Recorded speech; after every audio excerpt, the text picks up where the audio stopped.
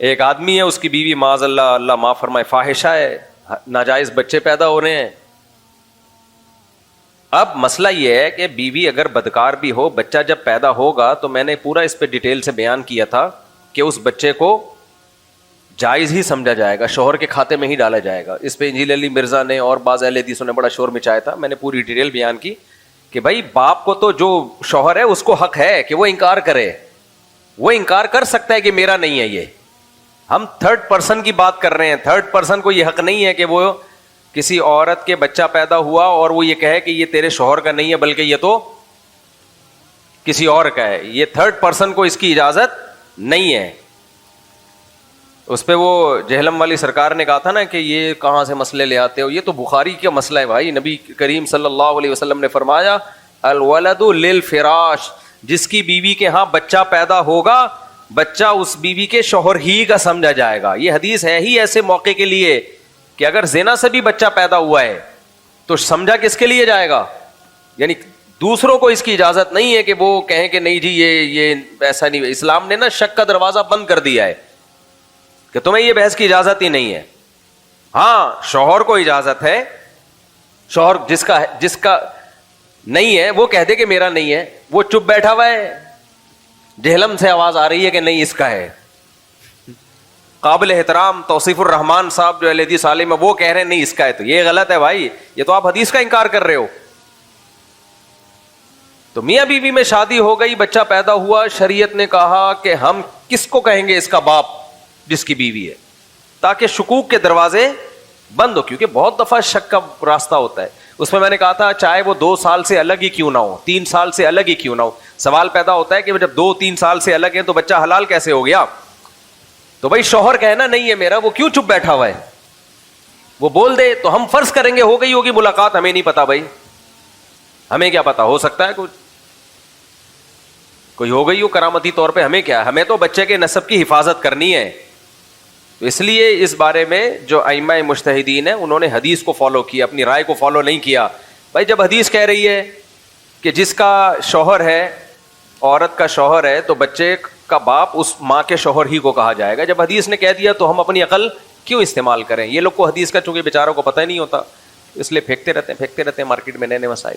کہتے ہیں یہ دیکھو, تو جب بھی میاں بیوی کے بچہ پیدا ہوگا مجھے اور آپ کو یہ قطعاً اجازت نہیں ہے ہم بچے کے بال دیکھ کر کہیں کہ یہ جمشید کا نہیں ہے, یہ تو گھنگریالے بال, خاندان میں کوئی نہیں گزرا. بھائی میاں بیوی اتنے وائٹ کلر کے ہوں کہ روشنی میں نظر ہی نہ آتے ہوں, اور بچہ اتنا بلیک پیدا ہوا کہ اندھیرے میں نظر نہیں آ رہا, پھر بھی کس کا بچہ ہے, اسی کا سمجھا جائے گا.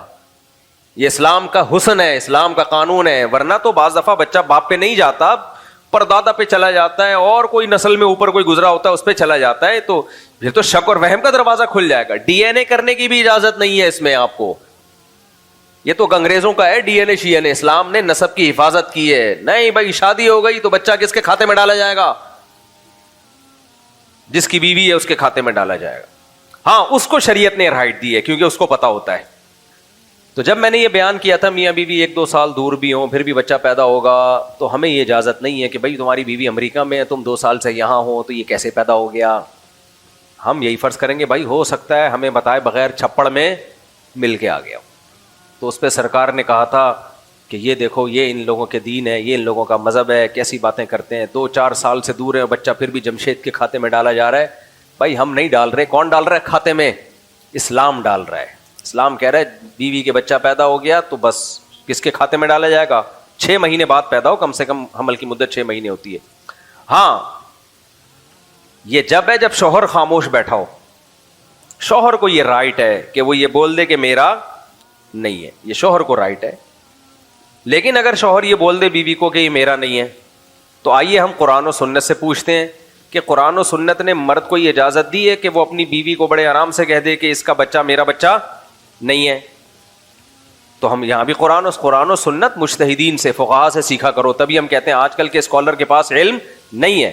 تو ہم جب قرآن و سنت کی طرف جاتے ہیں تو قرآن میں بھی حدیث میں بھی ہمیں کیا ملتا ہے, جمشید یا کوئی صاحب بھی اگر بیوی کے بارے میں کہہ دیں کہ اس کے پیٹ سے جو بچہ پیدا ہوا میرا نہیں ہے, اس کا صاف مطلب کیا ہے, بیوی نے کیا کیا ہے, بولو, زنا کیا ہے. تو بیوی کو کیا کہہ رہا ہے, بدکار.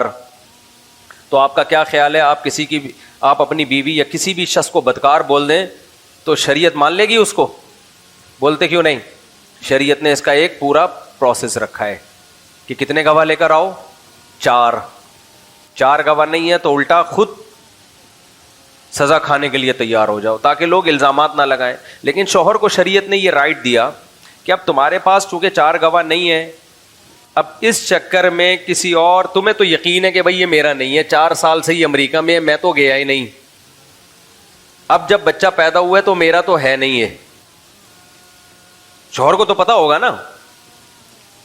تو اب اگر وہ بیوی کو زانیہ کہتا ہے تو شریعت نے اس کو یہ فیور دیا ہے کہ بھائی ہم کسی اور کا بچہ آپ کی مرضی کے بغیر آپ کے کھاتے میں نہیں ڈالیں گے, آپ کی مرضی کے بغیر آپ کے کھاتے میں, کیونکہ نہیں پال سکتا نا انسان, جب اس کو پتا ہے میرا ہے ہی نہیں تو یار میں کیسے اس سے محبت کروں, کیسے پالوں. ہاں وہ چپ بیٹھا ہوا ہے تو جہلم سے فون آ رہا ہے, یہ غلط ہو جائے گا. یا محترم قابل احترام توصیف الرحمان صاحب کہہ رہے ہیں کہ نہیں, تو یہ کیا ہو جائے گا؟ غلط. بھائی وہ چپ بیٹھا ہوا ہے تو چپ رہنے دو اس کو. تو اب شوہر یہ کہہ دے کہ یہ میرا نہیں ہے, اسلام میں یہ ہلکی بات نہیں ہے, یہ ہلکا معاملہ نہیں ہے. ایسا تو کوئی بھی کہہ دے بیوی کو بدنام کرنے کے لیے. یہ صرف بیوی 4 سال سے امریکہ میں اور شوہر پاکستان میں, یہاں ممکن نہیں بلکہ یہاں رہتے ہوئے بھی ممکن ہے. وہ کہہ سکتا ہے میں تو 2 سال سے اس کے قریب ہی نہیں گیا, 3 سال سے اس کے قریب ہی نہیں گیا, تو کون تحقیق کرے گا گیا ہے کہ نہیں گیا؟ یا وہ کہہ دے میں گیا ہوں لیکن یہ بچہ میرا نہیں ہے, اس کی شکل مجھ سے نہیں مل رہی, میں اندھیرے میں نظر نہیں آتا, اتنا بلیک ہوں, میری بیوی بھی اندھیرے میں نظر نہیں آتی, اور یہ اتنا سفید کے روشنی میں نظر نہیں آتا, نہ اس خاندان میں کوئی ایسا, جیسے افریقہ میں کوئی وائٹ کلر کا پیدا ہو گیا. تو اسلام نے کہا ہے کہ اگر شوہر یہ کہہ دے کہ میرا نہیں ہے تو پھر کیا ہوگا؟ اس کا مطلب تم بیوی کو کیا کہہ رہے ہو؟ زانیہ. تو 4 گواہ نہیں لا سکتے تو کوئی اور اگر زانیہ کہے گا تو وہ تو 4 گواہ ہی لے کر آئے گا. لیکن شوہر نے اگر تہمت لگائی ہے تو چونکہ اس کا کسی اور کا بچہ اس کے کھاتے میں آ رہا ہے, تو شوہر کو شریعت نے یہ فیور دیا کہ تم 4 قسمیں اٹھاؤ کورٹ میں جا کے, عدالت میں جا کے تم 4. آپ لوگ کو سمجھ میں آ رہا ہے بیان؟ ایسا تو نہیں بہت گاڑا پیچیدہ سسٹم تو نہیں ہو گیا کوئی؟ میں یہ سب ڈیٹیل اس لیے بھی بتا رہا ہوں تاکہ اسلام کا حسن خوبی سمجھ میں آئے.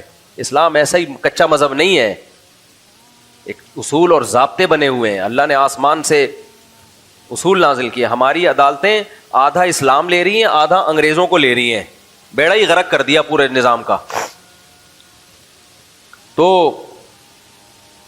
اب یہاں بھی آدھا آدھا کام چل رہا ہے. اب اسلام نے کہا کہ مرد بیوی کو کے بارے میں کورٹ میں کھڑے ہو کر قسمیں اٹھائے گا کہ میں اپنے دعوے میں سچا ہوں, اس نے زنا کیا اور یہ بچہ زنا کی پیداوار ہے, یہ میری اولاد نہیں ہے.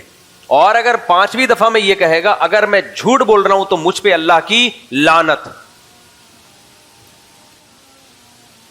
اب کیا ہوگا؟ بیوی سے پوچھا جائے گا, اسے کہا جائے گا یا تو اقرار کرے کہ میں نے زنا کیا ہے. اگر وہ اقرار کر لیتی ہے کہ بھائی میں نے زنا کیا ہے تو اس کو زنا کی حد جاری ہوگی اس کے اوپر. ایسے نہیں چھوڑ دیا جائے گا کہ تو ادھر سے کہیں اور سے بچے ڈاؤن لوڈ کروا رہی ہے اور شوہر کے کھانچے میں لا کے ڈال رہی ہے.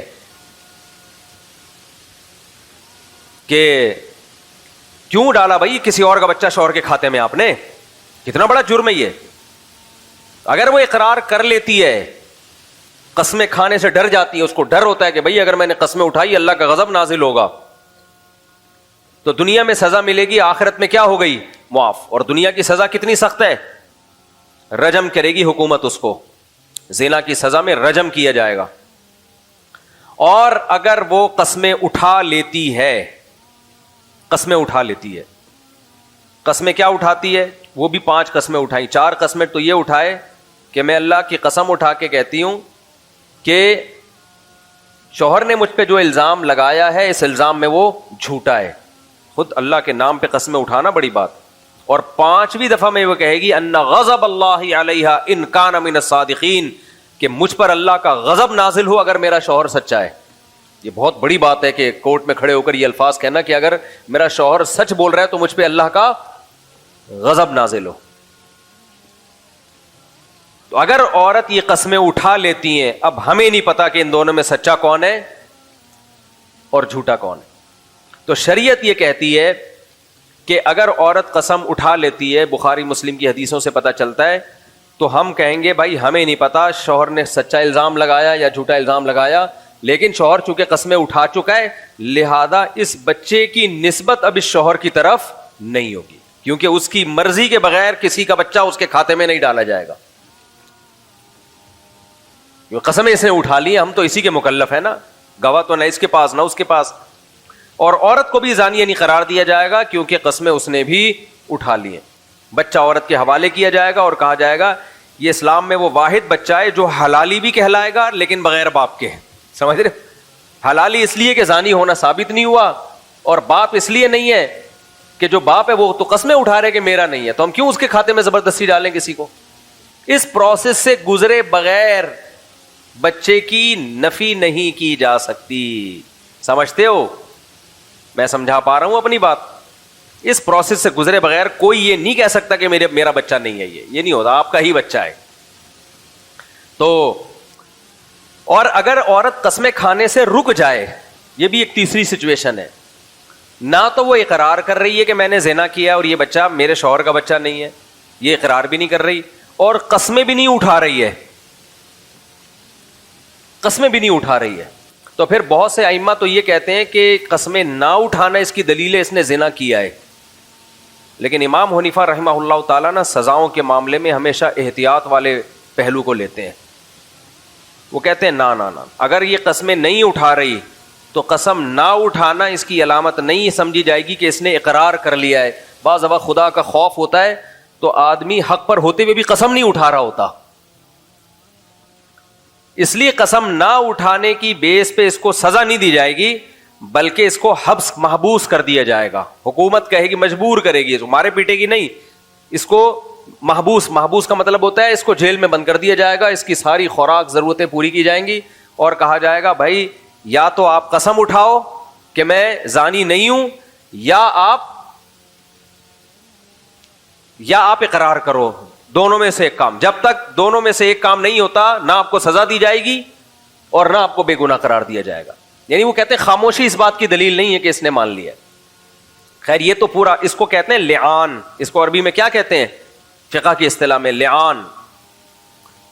اب ہماری عدالتوں میں کیا ہو رہا ہے, دیکھو پاکستان میں جو اسلام نہیں آیا نا اس کی وجہ پتہ ہے کیا ہے, جب بھی آپ بہت بڑے دعوے کرتے ہو نا تو چھوٹا کام بھی نہیں ہوتا.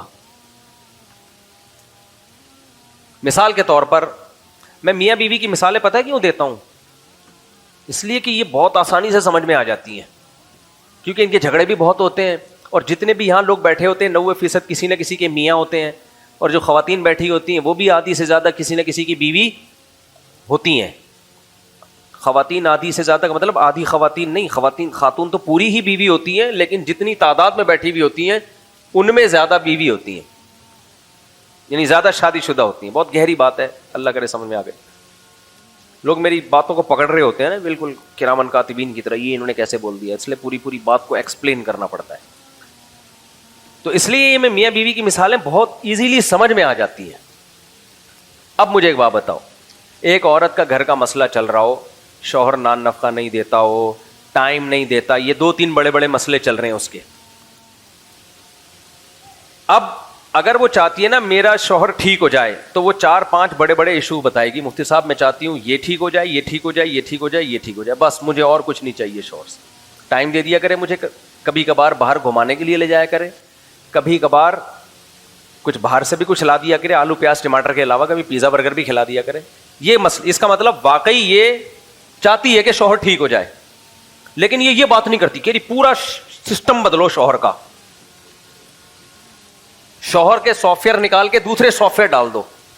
مثال کے طور پہ شوہر کا نام جمشید ہے, نہیں مجھے شوہر ہی بدل دو.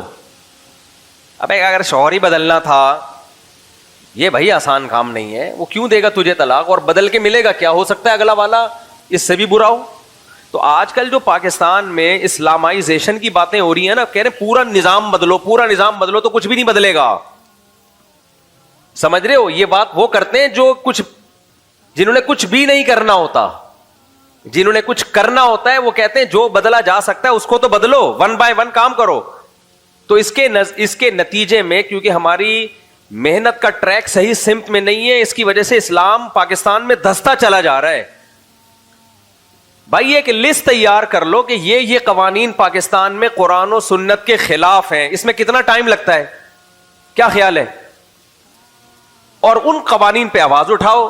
سیاسی تنظیمیں بھی, جماعت اسلامی بھی, JUI والے بھی, دینی مدارس بھی, حضرت مفتی تقی صاحب بھی بولیں, حضرت مولانا طارق جمیل صاحب بھی بولیں, سب بولیں گے. پھر جب یہ ہوگا نا, جب ایک ہدف ہوگا ہمارا, بھائی یہ قانون نامنظور, یہ قانون وہ بہت زیادہ قوانین نہیں ہیں, چند گنے چنے قوانین ہیں پاکستان میں جو بالکل اسلام کے اگینسٹ ہیں. تو اگر اس کو فوکس کریں کہ بھائی یہ تبدیل ہونا چاہیے, تو خدا کی قسم اگر یہ ہم نے پہلے کوشش کی ہوتی نا, آج چینج ہو چکے ہوتے. ہم ان میں اور ہوئے ہیں. قادیانی کو کافر قرار دینا تھا, سب نے ہدف بنایا, دیوبندی, بریلوی, اہل حدیث, سب نے, شیعہ بھی مل کے کہا کہ قادیانی اس ملک میں مسلم نہیں ہوگا. بھٹو جیسا لبرل آدمی, بھٹو کوئی مذہبی آدمی تھوڑی تھا, لبرل آدمی تھا, اس کے دور میں قادیانیوں کو کافر قرار دیا گیا ہے. سمجھتے ہو کہ نہیں سمجھتے؟ کیونکہ سب کا ہدف بنا کے ایک چیز کو فوکس کیا تھا, سب مل گئے تھے اس پہ کہ بھائی ہمیں. تو ایسے ہی میرے بھائی, اگر ہم مل کے چند چیزوں کو فوکس کر لیں تو بہت کچھ ہو سکتا ہے. لیکن چند چیزوں کو فوکس نہیں کیا جاتا, ایک دم ہوائی باتیں, ہم یہ بدل دو, یہ اڑا دو, یہ پڑا دو, جو بدل کے آئے گا کیا پتہ نہیں کون آئے یار, کوئی ایجنٹ ہی نہ آ جائے, یعنی کوئی نئی چیز نہ آ جائے مارکیٹ میں جو افورڈیبل ہی نہ ہو. وہ ایک آدمی تھا نا, غلام تھا, نفت العرب میں بڑا زبردست واقعہ لکھا ہے. اس کا جو مالک تھا نا, وہ اس غلام پہ بہت سختی کرتا تھا, بدتمیزی سے بات کرتا تھا. تو غلام کو چاہیے تھا کہ لوگوں سے سفارش کرتا کہ میرے مولا, میرے آقا سے کہو کہ اخلاق سے بات کیا کرے, باقی مجھے اس پہ کوئی اشکال نہیں ہے. لیکن اس نے کہا نہیں, لوگوں کو کہا کہ یار اس کو مجبور کرو, مجھے کسی اور کے ہاتھوں بیچ دے, میں یہ مولا مجھے پسند ہی نہیں ہے, یہ آقا مجھے پسند ہی نہیں ہے. لوگوں نے اس کے آقا کو فورس کیا, اس نے اٹھا کے اس غلام کو کسی اور کے ہاتھوں بیچ دیا. غلام خوش تھا کہ چلو دوسرا آقا آئے گا تو شاید, پورا آقا ہی بدل دیا نا, جیسے پورا سسٹم ہی بدل دو. پورا آقا کیا ہو گیا, چینج ہو گیا. اب جب آقا چینج ہوا تو وہ صرف وہ بدتمیز بھی تھا اور ٹھکائیاں بھی لگاتا تھا. اس نے کہا یار وہ پہلے والا ہی تھا, کم از کم بدتمیز تھا, مارتا تو نہیں تھا نا, یہ تو بدتمیز بھی ہے اور چماٹے بھی لگاتا ہے. اب اس نے لوگوں سے کہا, لوگوں کو اب یہ دو چیزوں کو فوکس کرتا کہ میرے مولا کو دو چیزوں کی ٹھیک چاہیے بس مجھے, ایک مارے نہیں اور ایک اخلاق صحیح کر لے, پھر جو خدمت کہے گا میں اس کی کروں گا. ان دو چیزوں کو فوکس کرتا تو ہو سکتا ہے اس کا آقا کیا ہو جاتا, ٹھیک ہو جاتا. دونوں چیزیں ایک تو ٹھیک ہو ہی جاتی, ٹھیک نہ ہوتی 50% کمی آ جاتی اس میں. نہیں جی آقا بدلو, آقا بدل لیا. تیسرا جب تھا نا تو وہ مرغا بنا کے رکھتا تھا اس کو. اس نے پھر آقا بدلا تو چوتھا کیا کرتا تھا, چوتھا, ہاں یہ واقعہ ایسے شروع ہوا کہ وہ کوئی مجھے 25-30 سال ہو گئے اس واقعے کو پڑھے ہوئے بھی, ہو سکتا ہے پوری ڈیٹیل میں آگے پیچھے کر رہا ہوں میں. تو کوئی بندہ اس کے پاس گیا تو دیکھا کہ اس کے مولا جو ہے نا, اس کا آقا, رات کو پہلے لائٹیں تو ہوتی نہیں تھی, چراغ میں لوگ مطالعہ کرتے تھے. تو اس کے آقا نے اس کو بٹھا کے ٹنڈ کرا کے اس کے اوپر چراغ رکھا ہوا تھا اور مطالعہ کرتا تھا, بولتا تھا ہلنا نہیں. اس کی ٹنڈ کرا کے اس کے اوپر کیا رکھ دیا, چراغ, اندھیرے میں, اور اسٹڈی ہو رہی ہے, مطالعہ ہو رہا ہے. اب ہلے گا تو چراغ اسی کے سر پہ گرے گا نا پہلے. تو وہاں یہ صبر سے بیٹھا رہا. کسی نے کہا اس کے یہ آقا تو ٹھیک نہیں, اس نے کہا بہترین, یہ آقا کیا ہے, کیونکہ اس کو پتا تھا کہ یہ بھی اگر میں نے چینج کروا لیا آگے پتہ نہیں کیا ہو. تو نظام بدلو, نظام بدلو. بھائی نظام بدلو کا مطلب کیا ہے, نظام بدلو کا کیا مطلب؟ کچھ قوانین, حکومتیں تو کبھی 2 نمبر کبھی 1 نمبر, کون سا 1 نمبر لوگ کب آئے ہیں مارکیٹ میں اسلامی تاریخ میں؟ بادشاہوں میں, چاہے اسلام ہو چاہے غیر مسلم ہو, بہت کم ایسے صحیح لوگ آتے ہیں. ہمیں فوکس کرنا ہے, اور وہ صحیح لوگوں کا آنا نہ آنا پراپر ہمارے اختیار میں نہیں ہے, پورے طور پہ ہمارے اختیار میں نہیں ہے. جو چیز ہمارے اختیار میں ہے اس کو ہم فوکس نہیں کرتے. تو اس لیے چند چیزوں کو فوکس کرنا چاہیے, چند چیزوں کو. سب سے بڑی چیز تو ہمارے ملک میں جو قرآن و سنت کے منافی کوئی قانون نہیں بنے گا, جو اور بہترین خاندانی آئین کے جو شق ہے وہ تو موجود ہے پہلے سے. یہ اس کو لانا ممکن نہیں تھا اگر یہ نہ ہوتی. یہ خاندانی کام تو پاکستان میں ہو چکا ہے بھائی، قرآن و سنت کے اگینسٹ کوئی قانون نہیں بنے گا. انڈیا میں آپ تھوڑی آواز اٹھا سکتے ہو کہ یہ قرآن و سنت کے خلاف ہے، امریکہ میں تھوڑی اٹھا سکتے ہو یہ قرآن و سنت کے خلاف ہے. پاکستان میں آپ آواز اٹھا سکتے ہو، ٹی وی پہ لا سکتے ہو، میڈیا پہ میں جو عدالتی خلا کے خلاف اتنا بولتا ہوں، کیوں بھائی؟ ایک طرف تم کہتے ہو قرآن و سنت کے منافی کوئی قانون نہیں، اور پھر کیوں بنا ہوا ہے؟ اس پہ ہم دلائل دے رہے ہوتے ہیں. امریکہ میں کہہ سکتے ہیں ہم، بولو انڈیا میں کہہ سکتے ہیں، جاپان میں کہہ سکتے ہیں. جاپان والے بولیں گے بھائی تم قرآن و سنت اپنے ملک میں رکھو، ہمارے ملک میں کیوں بات کر رہے ہو؟ تو ہمارے ملک میں آئین کی تو پہلے شقی ہے کہ قرآن و سنت کے خلاف کوئی قانون نہیں بنے گا. اب جو بنے ہوئے ان قانون کے خلاف آواز اٹھاؤ. آپ بیچ میں آ جاتی ہے. ہر فقیہ کا اپنا ایک اصول ہے. امام شافعی کے اپنے اصول ہیں، امام ابو حنیفہ کے اپنے اصول ہیں، امام مالک کے اپنے اصول ہیں. امام مالک کے اصول کیا ہیں؟ وہ کہتے ہیں جو مدینہ کے لوگ جس پر عمل کر رہے ہیں، حدیث اس کے موافق ہوگی میں اس کو لے لوں گا، جو حدیث اس کے اگینسٹ ہوگی میں اس کو ترک کر دوں گا. کیوں؟ وہ کہتے ہیں بھائی نبی کا انتقال مدینہ میں ہوا ہے، تو یہ تابعین تبع تابعین نے نبی کی نمازیں، نبی کا عمل دیکھا ہے آخری. یہ جو فالو کر رہے ہیں نا، حدیث تو ایک سند سے ہوگی نا، فلاں نے بیان کیا، فلاں نے فلاں سے بیان کیا، انہوں نے نبی سے یہ سنا، تو اس میں امکان ہے وہ منسوخ ہو گیا ہو. جبکہ مدینہ والے جو عمل کر رہے ہیں اس میں منسوخ ہونے کا احتمال نہیں ہے. یہ ان کا اصول ہے. امام ابو حنیفہ کا اصول کیا ہے؟ وہ کہتے ہیں حدیث چاہے امام بخاری تو امام ابو حنیفہ کے بہت بعد میں آئے ہیں نا، لیکن میں تعبیر کر رہا ہوں. کہتے ہیں حدیث چاہے بخاری کی کیوں نہ ہو، کیا مطلب؟ یعنی کتنی مضبوط سند کیوں نہ ہو، قرآن کے اگینسٹ ہوگی تو وہ اس کو رد کر دیں گے. ایک چھوٹا سا فقہ کا اصول بیان کر کے میں آگے چلتا ہوں، ورنہ یہ اصول الگ سے پھر ٹاپک بنا کے بیان نہیں ہوتا. خوب سمجھ لیں، یہ چھوٹا سا اصول بیان کرتا ہوں، مزہ آئے گا. جو جن کے ذرا علمی ذوق ہے نا ان کو یہ سننے میں مزہ آئے گا. دیکھو دلائل کی 4 قسمیں ہیں. دیر آر 4 ٹائپس آف دلائل. قرآن و سنت کے جو دلائل ہیں ان کی کتنی قسمیں ہیں؟ 4 قسمیں ہیں. ایک کو کہتے ہیں قطعی الثبوت اور قطعی الدلالہ. تھوڑی گاڑی اردو ہے، آسان کر کے بتاتا ہوں. قطعی الثبوت کا مطلب یہ ہوتا ہے کہ آپ یقینی طور پہ کہہ سکتے ہو کہ نبی نے ایسا کہا ہے یا اللہ نے ایسا کہا ہے، اس میں کوئی دو رائے نہیں ہو سکتی. 100% جیسے سورج کے نکلنے کا یقین ہے نا کہ سورج ہے، ابھی تو نہیں ہے خیر، جب ہوتا ہے تو اتنا یقین ہوتا ہے کہ یہ بات محمد صلی اللہ علیہ وسلم نے یقیناً کہی ہے یا اللہ نے یہ لازمی کہی ہے. اس کو کہتے ہیں قطعی الثبوت، جس کا ثابت ہونا 100% یقینی ہے. یہ ہے قرآن کی آیتیں. اب قرآن میں اللہ نے کچھ کہہ دیا، اس میں یہ بحث ہی نہیں ہے کہ یہ آیت صحیح ہے یا ضعیف ہے یا موضوع ہے. یہ بحث ہو سکتی ہے؟ کیونکہ اللہ کا کلام جب نبی پہ نازل ہوا، نبی نے اس کو لکھوا لیا، لاکھوں لوگوں تک پہنچایا، لاکھوں نے کروڑوں تک، کروڑوں سے اربوں تک. اس میں غلطی کا امکان ہے ہی نہیں. اتنے لوگ غلطی کر نہیں سکتے، ممکن نہیں ہے.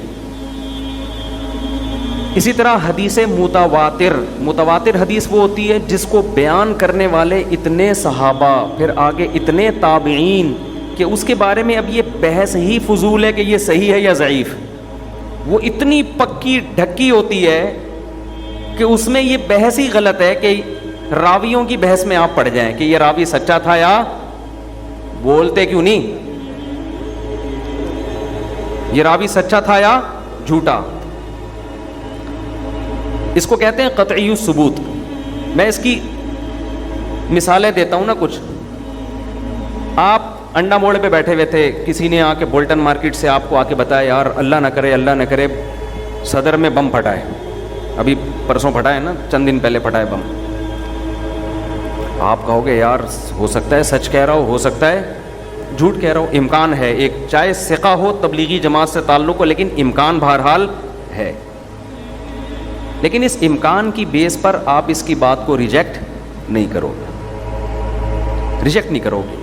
لیکن صدر میں آپ کا کوئی بڑا پروجیکٹ شروع کرنے کا پروگرام تھا تو پھر آپ مزید جستجو کرو گے، یار ایک آدمی سے نہیں میرا پورا پروجیکٹ کا بیڑا غرق ہو جائے گا، 2-4 اور لوگوں سے تصدیق کروا لو. کوئی کام اس بیس پہ آپ نہیں کرو گے. لہٰذا آپ کیا کرو گے, آپ اور لوگوں سے پتہ چلا جی نیوز چینل پہ پٹی چل گئی, اس کی تصویریں آ گئیں, سوشل میڈیا پہ ہر آدمی کہہ رہا ہے بم پھٹا ہے, لاشیں اللہ نہ کرے اٹھ رہی ہیں.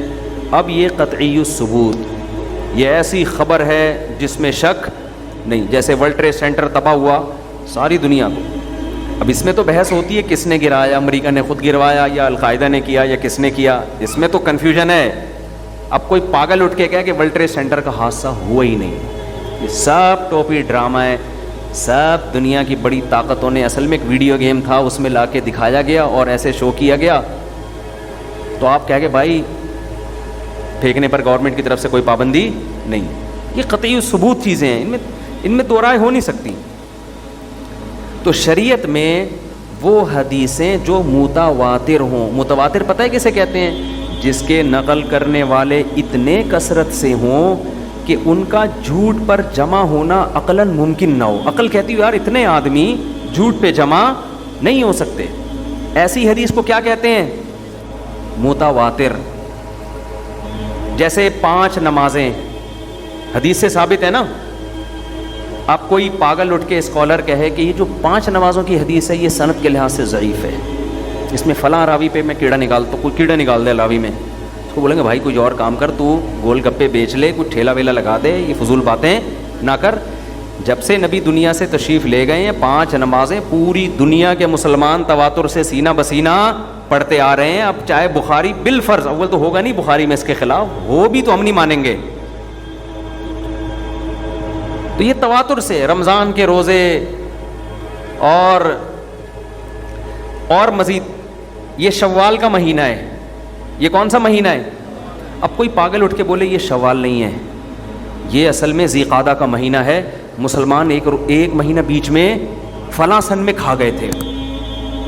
سن 1735 میں مسلمانوں کے خلیفہ نے آرڈر جاری کیا تھا کہ ایک شوال بیچ سے کیا کر دو, کھا جاؤ. اس کی وجہ سے یہ پہلے شروع ہو گئے, رمضان اس دفعہ پہلے آ گیا تھا. ہم اس کو کیا کہیں گے, اگر خلیفہ نے ایسا آرڈر کیا تھا تو پوری دنیا پاگل تھی کیا, احتجاج کرتی, شور مچاتی. بادشاہ اگر ان کا گلا گھونٹتا تو کتابوں میں لکھتی, وہ کتابیں ہمارے پاس آج بولو نا چلی آ رہی ہوتی. پھر مسلمان اگلے سال یا اس بادشاہ کے جانے کے بعد اس کو ایڈجسٹ کر لیتے, اس مہینے کو سیٹنگ سیٹ پہ لے آتے کہ یار رمضان ہمارا برباد ہو رہا ہے, مہینہ ہی پورا کھا گیا. آج ہم یقین سے کہہ سکتے ہیں کہ اگر یہ شوال ہے, قسم اٹھا کے کہہ سکتے ہیں تو سچی مچی کا شوال ہی ہے.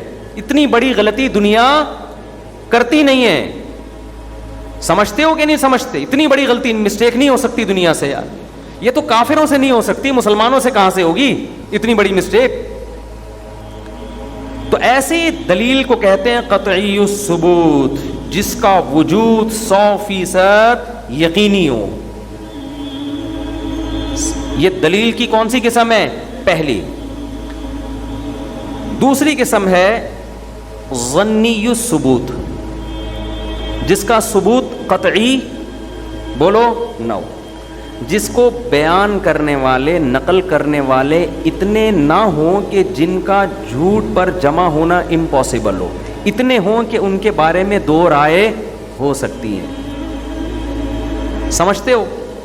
مثال کے طور پر وہی بولٹن مارکیٹ, ایک بندے نے آ کے بتایا کہ بھئی ایسے ہوا ہے, ایک بندے نے بتایا کہ یہ ہوا ہے. آپ کہہ سکتے یار صحیح کہہ رہا ہے, لیکن جھوٹ کا غلطی کا امکان بھی ہے, جھوٹ کا بھی امکان ہے اور بھول کا بھی امکان ہے. ہو سکتا ہے جھوٹ نہ بول رہا ہو لیکن کوئی ٹیکنیکل فالٹ کی وجہ سے بیان کرنے میں مسٹیک ہو گئی ہو. سمجھتے ہو؟ آپ میرا خیال ہے بور ہو رہے ہیں. بور تو نہیں ہو رہے؟ خشک موضوع ہے نا, تھوڑا سا بورنگ موضوع ہے. حوروں کی بات تھی آج اور بیان ادھر چلا گیا. یہ کر کے میں آگے آتا ہوں بیان کی طرف. اصل میں یہ چیزیں الگ سے پھر موضوع بنا کے بیان ہوتا نہیں ہے ان چیزوں پر. اور آج جو گمراہی پھیل رہی ہے نا, یوٹیوبرز آ رہے ہیں, نئے نئے اسکالرز آ رہے ہیں, پھینکتے جا رہے ہیں مارکیٹ میں. یہ بخاری میں, بخاری کے صفحہ نمبر فلاں میں, لوگ ان سے انسپائر ہو رہے ہیں, متاثر ہو رہے ہیں. یار بخاری کا حوالہ دے دیا, ابے مسلم کا حوالہ دے دیا. تو دوسری چیز ہوتی ہے قطعی ظنی الثبوت, دلیل ہے مگر 100% یقینی نہیں ہے. تو خوب سمجھ لو, صحاح ستہ کی جتنی حدیثیں ہیں 99% ظنی الثبوت ہیں. قطعی ثبوت نہیں ہے، کیونکہ حدثنی فلان قال حدثنی فلان ایسے سند چلتی ہے.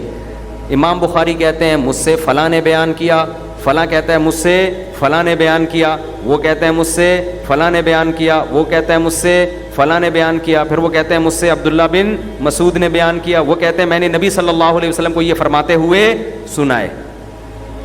یہ کیا کہلاتی ہیں؟ ظنی الثبوت. اب اس میں گڑبڑ یہ ہوتی ہے، منکرین حدیث وہ گڑبڑ یہ کرتے ہیں، وہ کہتے ہیں چونکہ حدیث ظنی چیز ہے، 100% قرآن کی طرح یقینی نہیں ہے، لہذا حدیث ہم پہ حجت ہے ہی نہیں. انہوں نے یہ بہانہ کر کے پورے دین کا بیڑا غرق کر دیا، کیونکہ دین زیادہ تر قرآن کے بجائے حدیثوں سے ثابت ہے. قرآن سے تو آپ نماز کا طریقہ نہیں ثابت کر سکتے، روزہ کیسے رکھنا ہے یہ قرآن سے ثابت نہیں، یہ تو سب حدیثوں سے پتہ چلتا ہے. تو یہ بھی ایک انتہا تھی جو کیا ہے؟ غلط. کیونکہ ہم یہ کہتے ہیں چیز ظنی ہوتی ہے، لیکن اگر اس کی سچائی کا غالب گمان ہوتا ہے، آپ کو غالب گمان ہو کہ یہ سچا آدمی ہے، تو آپ اس کی خبر پر عمل کرتے ہیں. سمجھتے ہیں نا؟ آپ کو اگر کوئی آدمی آ کے خبر دے کہ صدر میں گولیاں چل رہی ہیں، tablets are walking in president, یہ آج کل کی انگلش ہے نا، صدر میں کیا چل رہی ہیں؟ Tablets are walking in president, صدر میں گولیاں چل رہی ہیں. آپ جاؤ گے صدر شاپنگ کرنے کے لیے؟ ہے بھائی؟ اب بولو گے نہیں بھائی. اب کوئی کہے یہ ایک آدمی نے خبر دی ہے، جھوٹی بھی ہو سکتی ہے، کیا خیال ہے؟ تو چلے جاؤ. آپ کہیں گے ابے سچی نکلی تو کیا ہوگا؟ ہے بھائی؟ تو سچائی کا امکان بہرحال زیادہ ہے اس میں. تو ہم بھی یہی کہتے ہیں منکرین حدیث سے کہ جب پیغمبر صلی اللہ علیہ وسلم کا کوئی قول ہم تک پہنچا، حدیث میں محدثین نے یہ احتیاط کی ہے، عام حالات میں جب کوئی آپ کو آ کے خبر دیتا ہے کہ صدر میں گولیاں چل رہی ہیں، آپ اس کی خبر پر یقین کرو نہ کرو عمل ضرور کرتے ہو کہ یار میں نہیں جا رہا فی الحال صدر، آپ اس کو جھوٹا قرار نہیں دیتے. لیکن حدیث میں احتیاط یہ کی گئی ہے کہ جب تک اس آدمی کے سچے ہونے کی دلیل نہیں ہوگی ہم اس کو جھوٹا ہی سمجھیں گے، کیونکہ یہ شریعت کا معاملہ ہے نا. لہذا سند کی بحث ہوتی ہے، بھئی امام بخاری سے نے جس سے سنا وہ راوی کیسا ہے، اس نے جس سے سنا اس کے بارے میں کیا تبصرہ ہے. تو جب تک جرح نہ ہو جائے، راویوں کا نیٹ اینڈ کلین ہونا ثابت نہ ہو جائے، اس وقت تک ہم حدیث پر عمل نہیں کرتے. لیکن جب ثابت ہو گیا تو ظنی تو اب بھی ہے، کیونکہ ایک کی خبر بھی نہیں ہے، خبر در خبر در خبر، تو ظنی تو اب بھی ہے، لیکن اس پر عمل واجب ہے. کیونکہ دنیا میں یہ اصول ہے کہ جب بھی کوئی آپ کو آ کے خبر دیتا ہے، اگرچہ وہ ظنی ہو، لیکن جب تک اس کے غلط ہونے کا یقین نہ ہو اس پر عمل ایسے ہی کیا جاتا ہے جیسے یقینی ہے. لیکن اس کی ایک دوسرا مسئلہ کیا ہے؟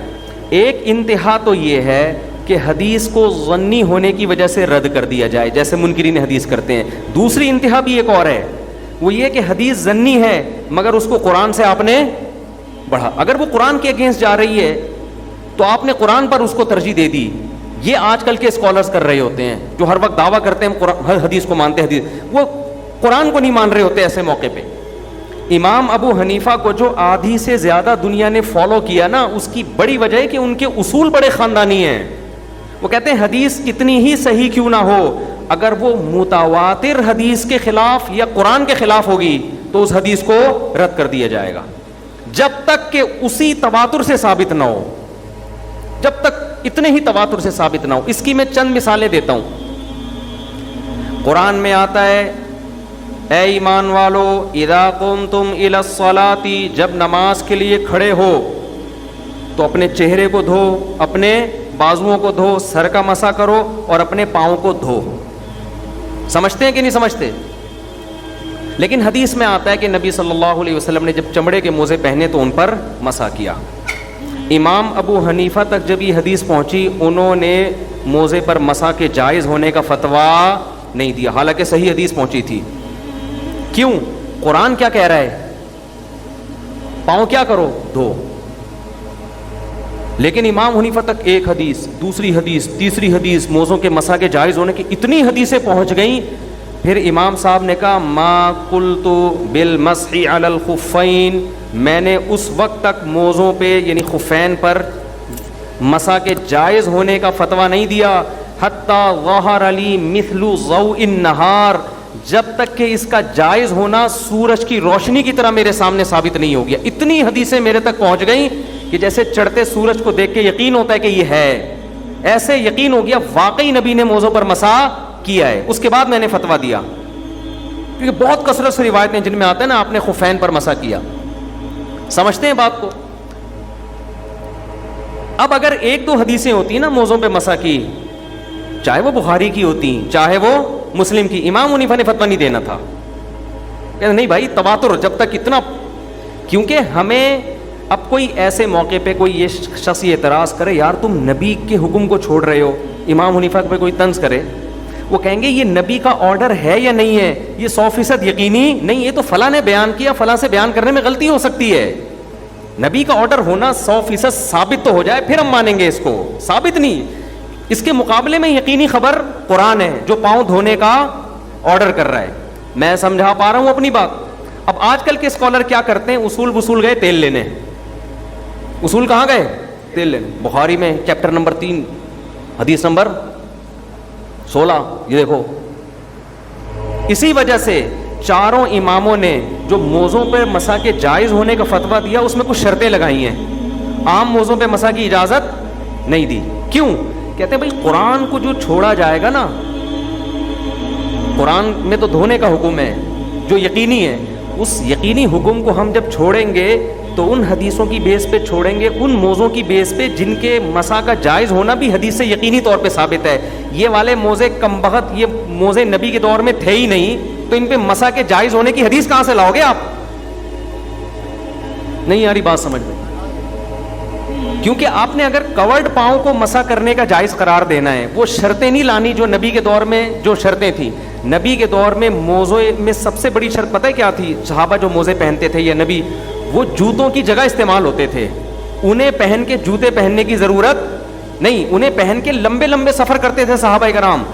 اس لیے چاروں ائمہ کا اتفاق ہے، الگ الگ سب نے شرطیں بیان کی، لیکن قدر مشترک یہ ہے کہ اتنے موٹے یا اتنے ہوں کہ ان کو پہن کر آپ لمبا سفر کر سکتے ہو.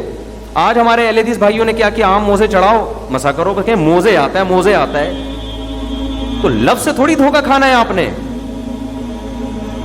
ایسے تو کوئی ٹیشو پیپر پاؤں پہ باندھ لے، کورڈ ہی کرنا ہے نا، ٹیشو پیپر باندھ لو ربڑ سے، اس کے اوپر مسا کر لو، تو کورڈ ہونا کافی تھوڑی ہے. وہ موزے جو جوتوں کی جگہ استعمال ہو، یہ والے ساکس جوتوں کی جگہ استعمال نہیں ہوتے. اب کوئی ہمیں بار بار لوگ چیلنج کرتے ہیں حدیث میں آ رہا ہے، حدیث میں آ رہا ہے، حدیث میں آ رہا ہے. او بھائی قرآن میں دھونے کا حکم ہے، جب تک یقینی چیز ہمارے پاس نہیں ہوگی اس قرآن کے حکم سے تجاوز نہیں کیا جائے گا. اور یہ عام موزے تو آپ نلکے کے نیچے رکھو تو پورا پاؤں ویسے ہی گیلا ہو جاتا ہے. وہاں تو ضرورت تھی پاؤں دھونے کے لیے موزہ اتارنا پڑ رہا تھا، یہاں تو اتارنے کی ضرورت ہی نہیں ہے. عام موزے کے پہنے ہوئے پورا پاؤں دھو سکتے ہو آپ. وہاں تو اس لیے کہ یار اتارنا پڑے گا اس کو، شریعت نے کہا اتارے بغیر ہی کر لو، چلو اسی پہ مسا کر لو، اللہ قبول کر لے گا. مثالیں سمجھ میں آ رہی ہیں کہ نہیں آ رہی؟ اور کچھ خاندانی مثالیں دے دوں؟ خاندانی مثالیں اور اس کی مثالیں ہیں. قرآن مجید میں اللہ تعالیٰ کا حکم ہے الزانیۃ والزانی فاجلدوا کل واحدۃ منہما 100 جلدہ. زنا کرنے والا مرد ہو یا عورت دونوں کو 100 چترول لگاؤ. دونوں کو پکڑ کے کتنے چترول لگاؤ؟ 100 کوڑے لگاؤ. یہ قرآن نے مکمل سزا بیان کر دی ہے، کمپلیٹ سزا، کہ اس کی ٹوٹل سزا کتنی ہے. لیکن بخاری مسلم کی حدیث ہے کہ البکر بالبکر جلد 100 وتغریب عام، کہ کنوارا لڑکا کنواری لڑکی سے زنا کرے تو 100 کوڑے اور 1 سال کے لیے جلاوطنی. اسی وجہ سے بعض فقہا اس کے قائل ہیں کہ 100 کوڑے بھی لگیں گے اور ملک بدر بھی بولو نا کیا جائے گا. فقہ حنفی کی تمام کتابوں میں لکھا ہے صرف 100 کوڑے لگیں گے، ملک بدر نہیں کیا جائے گا. اب آج کے اسکالر کیا کرتے ہیں؟ پہلے کے اسکالرز میں اور آج میں پتہ ہے کیا فرق تھا؟ اس مسئلے میں امام شافعی نے بھی اختلاف کیا امام حنیفہ سے، اپنی رائے پیش کر دی. امام ابو حنیفہ پہ طنز بولو نہیں کیا. شافعیوں نے امام شافعی کی رائے کو فالو کیا، حنفیوں پہ طنز نہیں کیا. آج جو ٹچا اٹھے گا نا کوئی جو بڑا محقق بنے گا, وہ سب سے پہلے کیا کرتا ہے, وہ کلپ بنائے گا, دیکھو بخاری حدیث کے 1 سال کے لیے جلا وطنی حدیث کا ریفرنس, اور پھر امام ابو حنیفہ کا قول دیکھو حدیث کے بالکل کیا جا رہا ہے, اگینسٹ. حدیث کہہ رہی ہے 100 چترول بھی لگاؤ اور 1 سال کے لیے جلا وطن بھی کرو, اور ابو حنیفہ کہہ رہے ہیں صرف 100 کوڑے لگاؤ. تو یہ حنفی اندھے مقلد بخاری مسلم کو چھوڑ رہے ہیں اور فالو کس کو کر رہے ہیں, ابو حنیفہ کو, کیونکہ سامنے والے ان سے بھی بڑے فارغ ہوتے ہیں جو وہاں بیٹھا ہوا ہے. انہوں نے کبھی اسکول میں کیمسٹری پڑھ لی, فزکس پڑھ لیا, جو اسلامیات پڑھی اسکولوں میں وہ اتنی بیکار قسم کی اسلامیات ہے, اسے پڑھ کے اسلام کے علاوہ سب کچھ آ جائے. وہ پڑوسیوں کے حقوق, ابا اماں کے 2-4 حقوق, انٹیوں سے کیسے بات کرنی ہے, بڑوں کو چچا کو کیا کہنا ہے, بس 2-4 اس طرح کی جو عیسائی بھی پڑھاتے ہیں یہ چیزیں. اس کے لیے اسلام پڑھنے کی ضرورت, یہ والی اسلامیات اسکولوں میں پڑھائی جا رہی ہے. اصول فقہ تو ہے ہی نہیں, مسائل تو ہیں ہی نہیں, تو وہ بھی آگے کمنٹس کے دیکھو. حالانکہ یہاں امام حنیفہ کا موقف بڑا مضبوط ہے. وہ کہتے ہیں بھائی قرآن کیا بیان کر رہا ہے, 100 کوڑے, تو کل سزا قرآن ٹوٹل کیا, اگر قرآن نے یہ سزا بیان ہی نہ کی ہوتی, پھر ہم جاتے ہیں حدیث کی طرف نا, ہم کہتے ہیں مکمل سزا حدیث میں ہی ہے, قرآن تو اس سے خاموش ہے. قرآن خاموش نہیں ہے.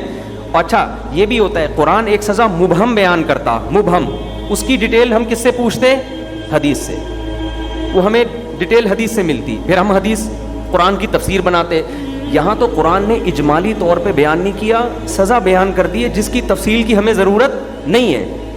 اب حدیث خبر واحد ہے, خبر واحد نا ظنی چیز ہے, تو وہ کہتے ہیں کہ اب ہم قرآن پہ ایڈیشن نہیں کر سکتے. تو اس لیے امام حنیفہ نے کیا اس حدیث کا مفہوم بیان کیا کہ بھائی یہ جو نبی نے ارشاد فرمایا نا کہ زانی مرد اور زانی عورت کو 100 کوڑے لگاؤ اور 1 سال کے لیے ملک بدر کرو, یہ 1 سال کے لیے ملک بدل کرنا یہ نبی کا حکم شریعت کے طور پہ نہیں ہے, یہ مشورے کے طور پہ ہے, سیاسی حکم ہے. کیونکہ آپ صلی اللہ علیہ وسلم نے بہت سے احکام ایسے دیے جو بطور سیاست کے تھے, وہ شرعی حد کا حصہ نہیں ہے. حد کا مطلب اس میں قاضی کو اختیار ہی نہیں ہے سزا کم کرنے کا, اور سیاسی حکم کا مطلب بھئی یہ سیاست پر معمول ہے. اس دور میں ایسا ہوا ہوگا, کوئی زانی زانیہ کا کیس ہوا ہوگا, تو نبی نے ان کے بارے میں حکم دیا کہ ان دونوں کو کیا کرنا ہے, جلا وطن کرنا ہے. کیوں, شاید ان میں معاشقہ ہو گیا ہو, اس بات کا خطرہ ہو کہ یہ دوبارہ زنا کریں گے, تو ان کو الگ الگ ملکوں میں بھیج دیا جائے تاکہ آپس میں ان کا ملاپ نہ ہو سکے. تو اس طور پر تو امام ابو حنیفہ نے حدیث کو لیا کہ بھئی آج بھی اگر یہ ضرورت محسوس ہوتی ہے کہ یہ اس ملک میں رہ کے دوبارہ زنا کر سکتے ہیں تو ان کو ملک بدر کیا جائے گا. یہ سزا کا حصہ نہیں ہے, یہ قاضی کی ثواب دید پر ہے. یہی وجہ ہے, وہ کہتے ہیں بلکہ اس میں اس بات کا خطرہ ہے کہ ایک عورت جو زنا کیا اس کو جلا وطن کر دیں گے, وہ اپنے خاندان سے کٹ جائے گی, وہ بے روزگار ہو جائے گی, ایسا نہ وہ زنا ہی کو پیشہ بنا لے آپ. یعنی عقلی لاجک بھی اس کی نہیں بنتی. اب حالانکہ حدیث بخاری اور مسلم کی ہے, جس نے یہ پوری ڈیٹیل نہیں پڑھی ہوگی وہ ابو حنیفہ سے بھی بدگمان ہوگا, حنفی علماء سے بھی بدگمان ہوگا, 50% امت سے بھی بدگمان ہوگا, اور عقیدت اس کے دل میں اس یوٹیوبر کی ہوگی کہ آج یہ اسکالر پیدا ہوئے ہیں, 8ویں پاس ہیں, اور ماشاءاللہ علم اللہ نے ان کو کوٹ کوٹ کے ان کے اندر علم بھرا ہوا ہے. نہیں آ رہی میرا خیال ہے بات سمجھ. اور مثال دے دوں, 2 مثالیں دے کے بس پھر بیان کی طرف آؤں گا, ناراض نہیں ہونا آپ لوگ, ناراض نہیں ہونا. 2 خاندانی مثالیں دے کر ہم اصل موضوع کی طرف آتے ہیں. یہ اصول صحابہ کے بھی تھے, جو امام حنیفہ کا اصول ہے نا کہ خبر واحد قرآن کے متواتر کے خلاف حجت بولو نہیں ہے, یہ صحابہ نے بھی اس پر, حضرت عمر کا بھی یہی مذہب تھا. قرآن میں اللہ بیان کرتا ہے جگہ جگہ کہ طلاق یافتہ عورتیں, ان پر عدت بھی واجب ہے شوہر کے گھر میں. لا تخرجوہن من بیوتہن, قرآن کہہ رہا ہے عورت کو طلاق دے کے اپنے گھر سے مت نکالو. اس کو سکنا کہا جاتا ہے. طلاق کے بعد عدت کے دوران رہائش پرووائڈ کرنا کس کی ذمہ داری ہے, شوہر کی. اور اس دوران نان نفقہ پرووائڈ کرنا بھی کس کی ذمہ داری ہے, شوہر کی. یہ قرآن سے ثابت ہے, سمجھتے ہیں. قرآن نے اس میں فرق نہیں کیا کہ 2 طلاق ہوں یا 3 طلاقیں ہوں. اللہ نے طلاق کا لفظ استعمال کیا ہے. طلاق کے بعد عدت کے دوران نان نفقہ شوہر کے ذمے, رہائش پرووائڈ کرنا شوہر کے ذمے. 2 3 4 طلاقوں کا کوئی فرق نہیں قرآن نے بیان کیا. لیکن بخاری مسلم کی حدیث کے اگینسٹ ہے. حضرت فاطمہ رضی اللہ تعالیٰ عنہ تھی, فاطمہ بنت جمیلہ تھیں یا فاطمہ بنت ثابت تھیں, انہیں نام ان کا بھول گیا میں. ان کو ان کے شوہر نے ڈیورس دی, 3 طلاقیں دی وقفے سے. نبی کے پاس آئیں, آپ صلی اللہ علیہ وسلم نے فرمایا نہ نفقہ ملے گا تمہیں, نہ سکنا, نہ رہائش. انہوں نے پھر عبداللہ ابن ام مکتوم جو ایک نابینا صحابی تھے ان کے گھر میں عدت گزاری ہے.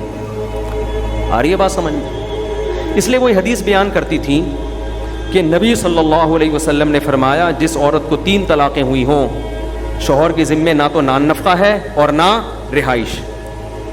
یہ حدیث بخاری مسلم کی ہے. اسی بیس پر امام احمد بن حنبل کا یہی مذہب ہے, 3 طلاقوں کے بعد عورت کو شوہر سے خرچہ پانی, یہ طلاق بائن ہونا جس سے نکاح ختم ہو جائے, تو نان نفقہ بھی گیا اور سکنا بھی. وہ حدیث کے ظاہر کو لیتے ہیں, ان کا اپنا ایک اصول ہے کہ بھئی جو حدیث کے ظاہر ہوگا میں اس کو لوں گا. یا شاید امام احمد کے نزدیک سکنا ہے, نفقہ نہیں ہے, دونوں میں سے کوئی یعنی پورے طور پر انہوں نے قرآن کی جو ظاہر ہے اس کو فالو نہیں کیا. امام ابو حنیفہ کا مذہب یہ ہے کہ نان نفقہ بھی ملے گا اور سکنا بھی ملے گا. یہاں بھی لوگ یہ کرتے ہیں, بخاری میں کیا لکھا ہوا ہے, بخاری مسلم کے یہ بھی الفاظ ہیں. حضرت فاطمہ فرماتی تھیں کہ جو مطلقہ ثلاث ہے, نبی نے فرمایا کہ 3 طلاق والی عورت کو نہ تو نان نفقہ ملے گا اور نہ رہائش. گویا اصول کے طور پر بیان کر دیا انہوں نے کہ جو بھی 3 طلاق والی ہوگی اس کو نہ تو نان نفقہ ملے گا اور نہ رہائش ملے گی. حضرت عمر نے اپنے دور میں جب قانون بنایا نا, تو پوری قانون سازی ہو رہی تھی, قانون سازی تو ہو چکی تھی, اس کا امپلیمنٹ ہو رہا تھا حضرت عمر کے دور میں. انہوں نے لا یہ بنایا کہ جس عورت کو بھی 3 طلاقیں ہوں گی, جب تک عدت پوری نہیں ہوتی خرچہ شوہر کے ذمے, نان نفقہ شوہر کے ذمے. فوراً یہ حدیث حضرت عمر کے سامنے پیش کی گئی کہ وہ تو حضرت فاطمہ تو کہہ رہی ہیں کہ نبی نے فرمایا, نبی کی حدیث پیش کر رہی ہیں کہ جس عورت کو 3 طلاقیں ہوئی ہوں اس میں نہ تو نان نفقہ اور نہ رہائش. حضرت عمر نے کیا الفاظ فرمائے, لا ندعو کتاب اللہ و سنت نبینا بقول امرات, ہم اللہ کی کتاب اور نبی کی سنت کو ایک عورت کے کہنے پہ نہیں چھوڑ سکتے. لا ندری احافظت ام نسیت, ہمیں نہیں پتہ انہوں نے نبی کی بات کو صحیح طرح سمجھا یا بھول گئی ہیں. اب کوئی پاگل اٹھ کے کہے کہ اے عمر بخاری مسلم کی حدیث, اس وقت تو بخاری مسلم بھی نہیں تھی, بلکہ اس سے بھی زیادہ مضبوط سند تھی. حضرت فاطمہ نے نبی سے سنا اور بتا رہی ہیں. راویوں کی بحث ہی نہیں ہے کہ راوی صحیح ہے یا ضعیف, حافظہ راوی کا کمزور ہے یا طاقتور ہے, یہ بحث ہی غلط. اتنی مضبوط بات, لیکن حضرت عمر کہہ رہے ہیں ہم نہیں چھوڑیں گے. کس کو؟ کتاب اللہ. کتاب اللہ تو ہر طرح کی طلاق یافتہ عورتوں کے بارے میں. تو کیا مطلب حضرت عمر حضرت فاطمہ کو معاذ اللہ جھوٹا قرار دے رہے تھے یا نبی کی حدیث رد کر رہے تھے؟ ان کا مقصد یہ تھا کہ اس بات کا پورا امکان ہے کہ پتہ نہیں فاطمہ نے سنا کیا اور نقل کیا کر رہی ہیں. اس کا تو یہ تو مسٹیک ممکن ہے نا. کتنا ہی سچا آدمی ہو بھائی, جب آگے خبر نقل کرتا ہے, خبر نقل کرنے میں غلطی کا امکان ہر وقت موجود ہوتا ہے. اس بات کا امکان ہے کہ بھائی سنا کچھ ہو نقل کچھ. اس لیے علماء نے کہا عین ممکن ہے حضرت فاطمہ کو نبی نے یوں فرمایا ہو کہ تمہارے لیے نفقہ اور سکنا نہیں ہے, کیونکہ قرآن کہہ رہا ہے الا ان یاتینا بفاحشۃ مبینہ, عورت کا نان نفقہ اور رہائش اس وقت ساقط ہوگی جب وہ کھلی بے حیائی کا ارتکاب کرے. اگر آپ نے بیوی کو طلاق دی اور وہ کھلی بے حیائی کا ارتکاب کرے تو شرعاً آپ کے لیے جائز ہے اس کو گھر سے نکال دیں. اب کھلی بے حیائی کیا ہے؟ یا تو بدکار ہو یا انتہائی فحش اور تیز زبان ہو, بد زبان. بعض دفعہ عورت اتنی بد زبان ہوتی ہے آدمی جان چھڑاتا ہے, سوائے ان عورتوں کے جو بیان سن رہی ہیں. اور پھر عدت اس کو پتہ ہے اگر اسی گھر میں گزارنے دی نا میں نے تو میرا انا للہ ہو جائے گا تھوڑے دنوں میں, اور خاص طور پہ جب طلاق ہو جائے اب تو اس نے میرے عزت کا جنازہ نکالنا. تو آدمی کہتا ہے بیوی تو اپنے گھر جائے, یہاں رہنے کی اجازت نہیں ہے. ایسی شدید مجبوری میں قرآن نے اجازت دی ہے کہ اس کو اپنے گھر سے تم نکال سکتے. تو علماء نے لکھا عین ممکن ہے حضرت فاطمہ بد زبان ہو, تیز زبان ہو, جس کی وجہ سے نبی نے ان کو حکم دیا کہ یہاں سے آپ نکل جاؤ. یا یہ بھی ممکن ہے کہ حضرت فاطمہ جس گھر میں رہتی تھی اس گھر میں جوان دیور تھے, خطرہ تھا کہ اتنے سارے دیور ہیں, طلاق بھی ہو گئی ہے, کہیں کسی بے حیائی کا ارتکاب نہ ہو جائے. جیسے آج بھی فتویٰ دیتے ہیں, عورت کسی جگہ سیف نہیں ہوتی تو فتویٰ دیا جاتا ہے بھائی آپ عدت اپنے ابا کے گھر گزار لو. کہیں جنگل میں شوہر رہتا تھا اکیلی, یا کرائے دینے کے لیے پیسے نہیں ہیں تو مجبوری میں نقل کیا جاتا ہے نا. تو عین ممکن ہے کوئی ریزن ہو, یہ ان کے لیے حکم خاص ہو اور انہوں نے ایک اصول اور ضابطے کے طور پر بیان کر دیا ہو. نبی کے الفاظ یہ نہ ہوں کہ 3 طلاق والی عورت کو نفقہ نہیں ملے گا, نبی کے الفاظ یہ ہوں کہ تجھے نہیں ملے گا. وہ یہ سمجھی کہ یہ قاعدہ کلیہ ہے, انہوں نے بیان ایسے کیا کہ نبی نے فرمایا 3 طلاق والی عورت کو نہ نفقہ اور سکنا نہیں ملے گا. اصول ضابطہ سمجھ کے بیان کر دیا ہو, حالانکہ یہ اصول یہ کیونکہ روایت بالمعنی کہتے ہیں. روایت بالمعنی یہ ہوتی ہے کہ نبی نے کچھ ارشاد فرمایا, راوی نے اسے اپنے الفاظ میں آگے بیان کر دیا. یہ حدیثوں میں بہت ہوتا ہے. اب میں ایک آخری بات کی طرف آتا ہوں, یہ سمجھان, یہ پورا اصول کھوپڑی میں بیٹھ گیا نا. اب میں آتا ہوں اصل کہ اور کتنے سارے اعتراضات ہیں جو ہم لوگوں پہ کیے جاتے ہیں. تو آپ کو یہ اصول حضرت عمر سے بھی پتہ چل گیا نا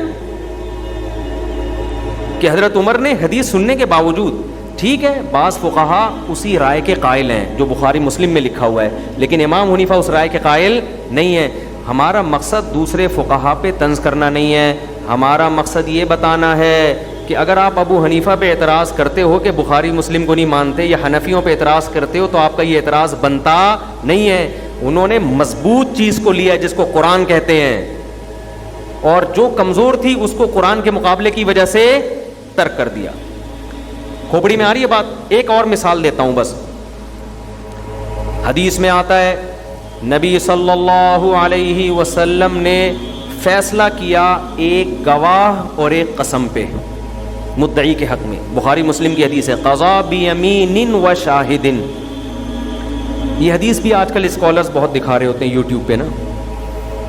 کیا مطلب؟ زید نے, سو رہے ہیں, ٹاپک چینج کر دوں؟ آپ کا نام کیا ہے؟ محسن بھائی, ٹاپک چینج کر دوں؟ ابھی میں تھوڑا سا درمیان میں شادیوں کی بات کروں گا, ایک دم سب یوں کر کے جاگ جائیں گے, دوبارہ سے نا ایک دم تازہ ہو جائیں گے. ڈیفینس میں ایک صاحب تھے, لوگوں کو یوگا ایکسرسائز کرواتے تھے. انہوں نے مجھے خود بتایا, کہہ رہے ہیں یوگا میں کروا رہا تھا, بہت سارے لوگ نا بڑی بڑی عمر کے 50 سال 60 سال کے لوگ یوگا کر رہے ہیں نا. پہلی ایکسرسائز, دوسری, تیسری, چوتھی, پانچویں, 10 ایکسرسائز کے بعد تھک گئے وہ. اب 11ویں کروا رہا ہوں, تھوڑا مشکل سے اٹھ رہے ہیں, تھوڑے مشکل سے ٹیڑھے میڑے ہو رہے ہیں, جیسے تھک جاتا ہے انسان, وہ جذبہ نہیں رہتا. کہہ رہے میں نے کہا کہ اب میں آپ کو ایک ایسی ایکسرسائز کرواؤں گا جو مردانہ قوت کے لیے بہت بہترین ہے. کہہ رہے ایک دم نا سارے اٹھ کے بیٹھ گئے اور پھر ایک دوسرے کو دیکھ کے ہنس بھی رہے. آپ نا ادھر نیچے بیٹھ جاؤ, ٹھیک ہے, ادھر بیٹھ جاؤ, شاباش. سب لوگ نا آپ کی طرف دیکھ رہے ہیں, پھر ادھر بیٹھ جاؤ, شاباش. احمد بھائی, تو وہ کہتے ہیں میں نے جب یہ کہا نا اب میں آپ کو بتاؤں گا ایک ایسی ایکسرسائز, تو ایک دم سارے اٹھ کے, یعنی جیسے قرآن میں آتا ہے نا موسیٰ علیہ السلام نے جب لاٹھی پھینکی اژدہا بن کے سارے سانپوں کو کھا گئی, تو اچانک سارے جادوگر سجدے میں گر گئے. یعنی ایسے گرے ہیں کہ خود بھی ان کو نہیں پتا. تو یہاں بھی ایک دم یہ سارے کھڑے ہو گئے, پھر ایک دوسرے کی طرف کے ہنس رہے ہیں, یار ہم لوگ میں طاقت کہاں سے آ گئی, شرمندگی بعد میں ہوئی ہے, سمجھتے ہیں نا. تو جہاں میں دیکھتا ہوں نا تھوڑا سا ابھی بات کروں گا ایک دم فٹ فاٹ ہو جائیں گے آپ. کرنی کرانی کسی نے نہیں ہوتی, لیکن سن کے بس ایک دم طاقت آتی ہے جسم میں, پتہ نہیں کیا ہے اس میں. تو حدیث میں آتا ہے نبی صلی اللہ علیہ وسلم نے فیصلہ کیا. دیکھو مدعی جو ہے نا, مدعی, میں دعویٰ کرتا ہوں انہوں نے 1 لاکھ روپے کھائے ہیں, مدعی میں ہو گیا نا. مدعی کہتے ہیں جو اصل کے خلاف بات کرتے ہیں. اصل یہ کہ کسی نے کسی کا پیسہ نہیں کھایا, میں نے کہا انہوں نے کھایا ہے, تو اب دلیل ان کے ذمے ہے کہ میرے ذمے؟ میں عدالت میں ان کو لے گیا, میں نے کہا جج صاحب انہوں نے 1 لاکھ روپے کھایا ہے. جج نے ان سے پوچھا کھایا, کہہ رہے میں نے نہیں کھایا. میں کہتا ہوں گواہ پیش کرو, دلیل پیش کرو کہ میں نے نہیں کھایا. ابے دلیل یہ تھوڑی پیش کرے گا, دلیل وہ پیش کرے گا جو دعویٰ کر رہا ہے کہ اس نے کھایا. یہی حال قضائے عمری کے ساتھ ہو رہا ہے. جاہل لوگ ہم سے پوچھتے ہیں کہ قضائے عمری کے ثبوت پر کوئی حدیث پیش کرو کہ جس کے ذمے اتنی نمازیں رہ جائیں, اس کے ذمے 20 سال کی نمازیں واجب ہیں, اس پر کوئی حدیث پیش کرو. او بھائی آپ حدیث پیش کرو کہ جب آپ نے نمازیں قضا کر دیں اور وہ 20 سال کی ہو گئیں تو بغیر پڑھے معاف ہو جاتی ہیں. دعویٰ تو آپ کر رہے ہو, نماز, روزہ, حج, زکوٰۃ یہ کوئی بھی ایسے نہیں ہے جو ذمے سے ساقط ہو جائیں. جب ایک دفعہ واجب ہوتے ہیں تو ادا ہے, ادا نہیں ہے تو پھر کیا ہے, قضا ہے آلٹرنیٹ. اسلام میں ایسی کوئی دلیل نہیں ہے کہ 5 نمازیں ہو تو قضا ہے, 10 ہو جائیں تو نہیں ہے, 10 سال کی ہو تو نہیں ہے. تو جو دلیل ان کے ذمے تھی وہ پوچھ کس سے رہے ہیں؟ یہ ہیں جاہل لوگ اور مجتہد بنے ہوئے ہیں. آپ کو کہہ رہے ہیں ابو حنیفہ کی شافعی کی مت مانو, ہماری مانو. یہ جہالت ہے. تو حدیث تو آپ پیش کرو نا کہ اتنی نمازیں بغیر پڑھے معاف ہو جائیں گی.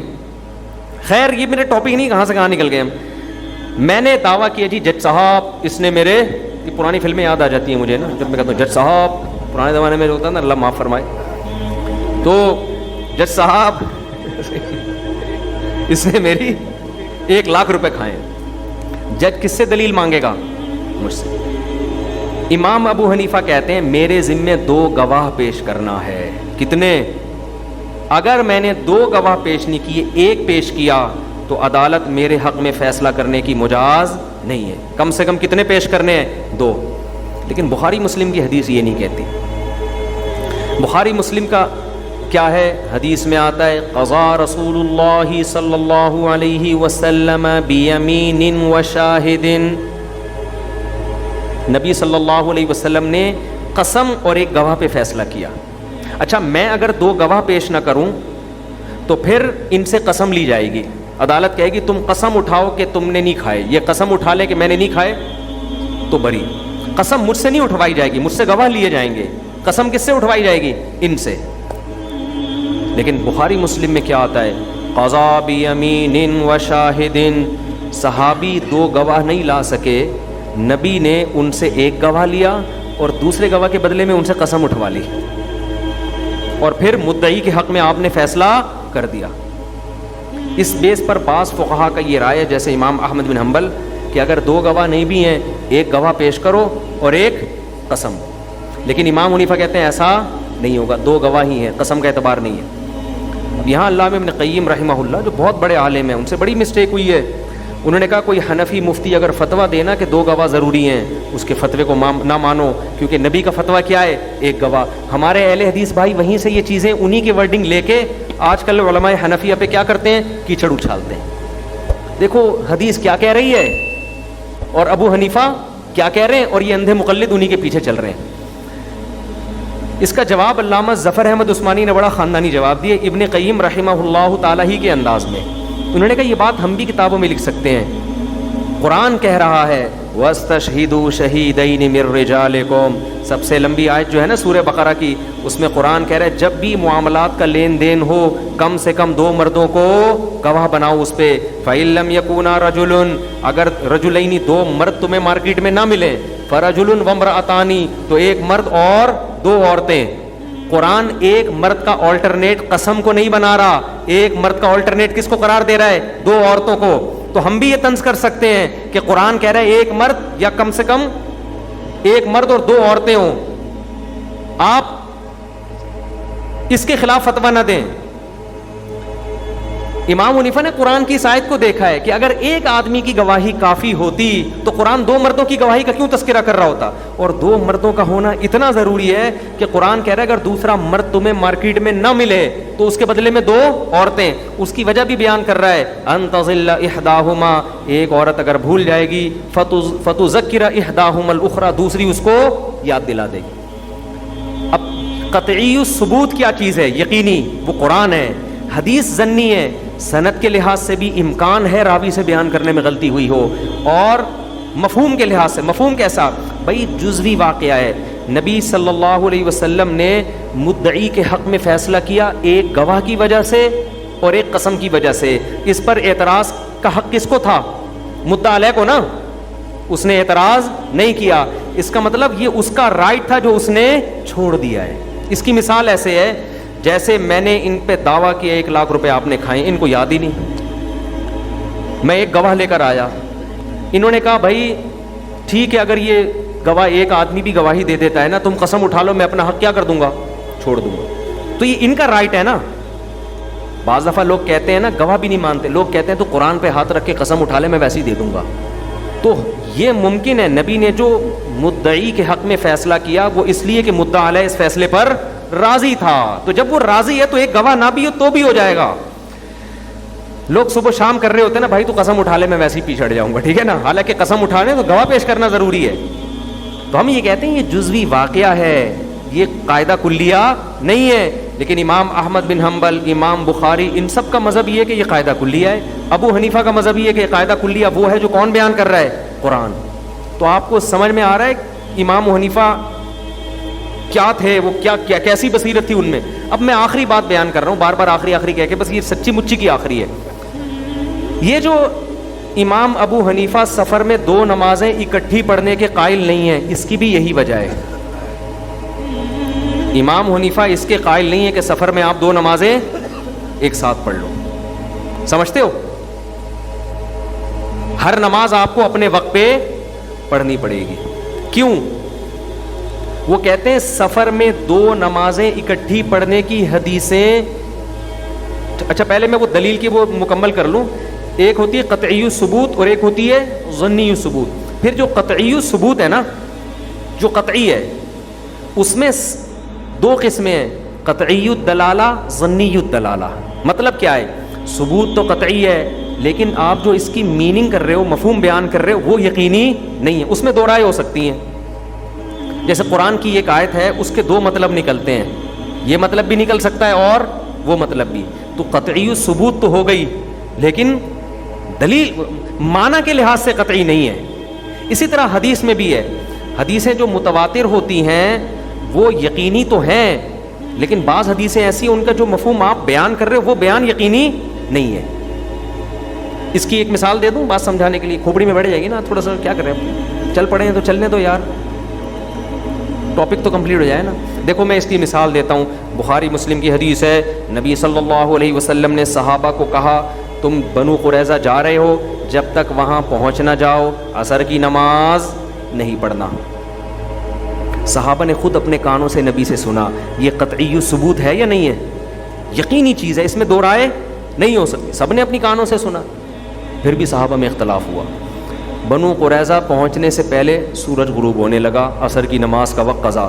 صحابہ میں 2 دھڑے بن گئے. بعض نے کہا ہم نماز قضا کریں گے کیونکہ نبی کا حکم ہے. کہاں پہنچ کے نماز پڑھنی ہے؟ بنو قریظہ. اس میں کسی صحابی نے یہ نہیں کہا بھائی ہو سکتا ہے نبی نے نہ فرمایا ہو. یہ آپشن کہ ہو سکتا ہے راوی نے غلطی کی ہو, راوی نے کے بیان کرنے میں غلطی کی ہو, نبی نے فرمایا کچھ ہو, سمجھے تم کچھ اور. اب یہ آپشن ختم. قطعی الثبوت. پھر بھی اختلاف کیوں ہو رہا ہے؟ دوسرے صحابی یہ کہہ رہے ہیں نبی نے فرمایا تو ہے لیکن فرمانے کا مطلب یہ تھا ہے بھائی نبی کو کیا معلوم تھا کہ نماز قضا ہو جائے گی؟ ہم جب کسی کو بھیجتے ہیں کہ وہاں جا کے نماز پڑھنا تو مطلب ہوتا ہے پہنچ جاؤ گے بھائی, راستے میں خطرہ ہے.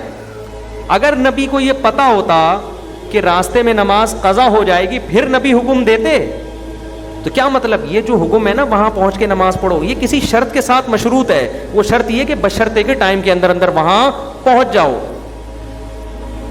اب یہ حدیث قطعی الثبوت تو ہے, قطعی الدلالہ نہیں ہے کیونکہ کسی کے پاس کوئی قرینہ نہیں ہے کہ نبی کی اصل منشا کیا تھی.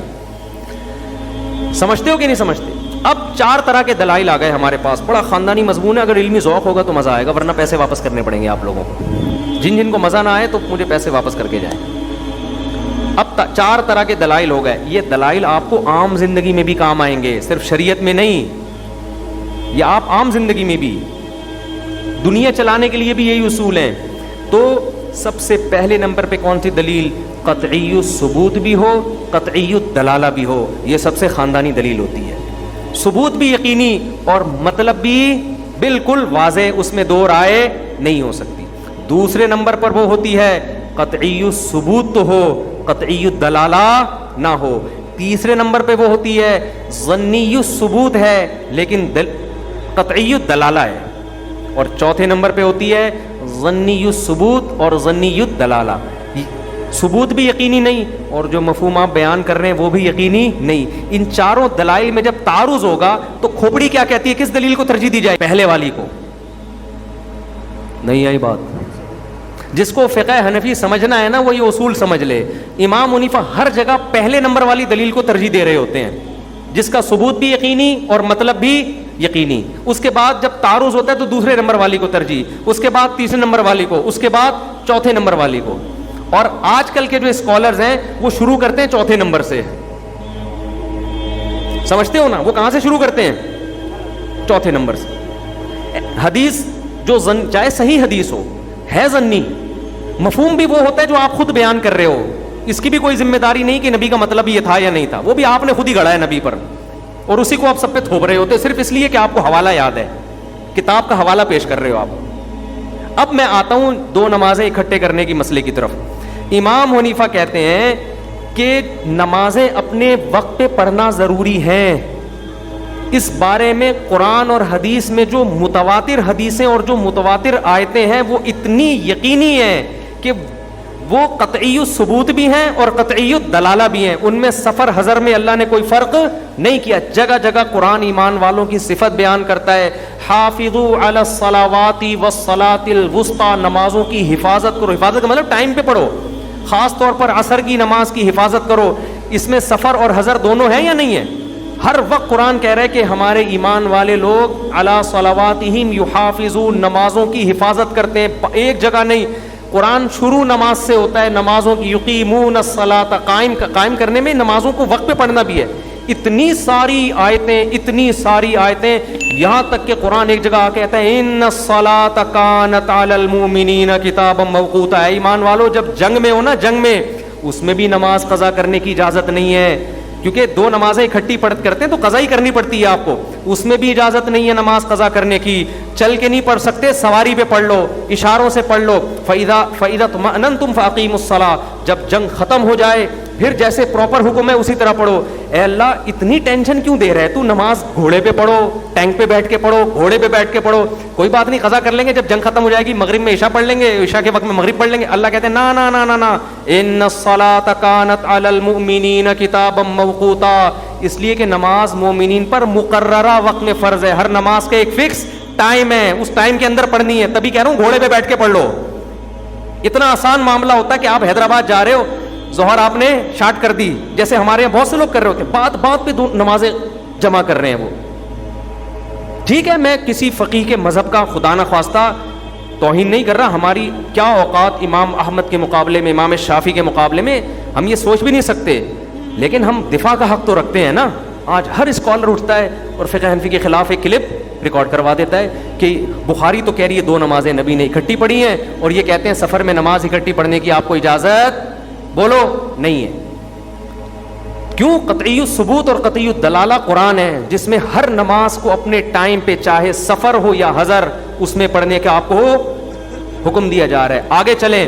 پھر رہا یہ مسئلہ کہ بہت سی حدیثوں میں یہ بھی تو آتا ہے کہ نبی نے سفر میں دو نمازیں اکٹھی پڑھی ہیں. اس کا کیا مطلب ہے؟ ہم کہتے ہیں اس کا مطلب کیا ہے, اکٹھی پڑھنے کا آ رہا ہے نا, یہ تھوڑی آ رہا ہے کہ ظہر کو قضا کر کے عصر میں پڑھا. یہ کہاں آ رہا ہے؟ اکٹھی تو یہ بھی ہوتی ہے, ظہر کو آخری وقت تک لے گئے, ظہر کا سلام پھیرا اور جیسے ہی عصر کا وقت داخل ہوا فوراً عصر پڑھ لی. اور یہ صحیح حدیث سے ثابت ہے, عبداللہ بن عمر کے عمل سے ثابت ہے. پھر لوگ کہتے ہیں نہیں, بعض حدیثوں میں تو یہ بھی آتا ہے کہ ظہر کو لے گئے عصر تک.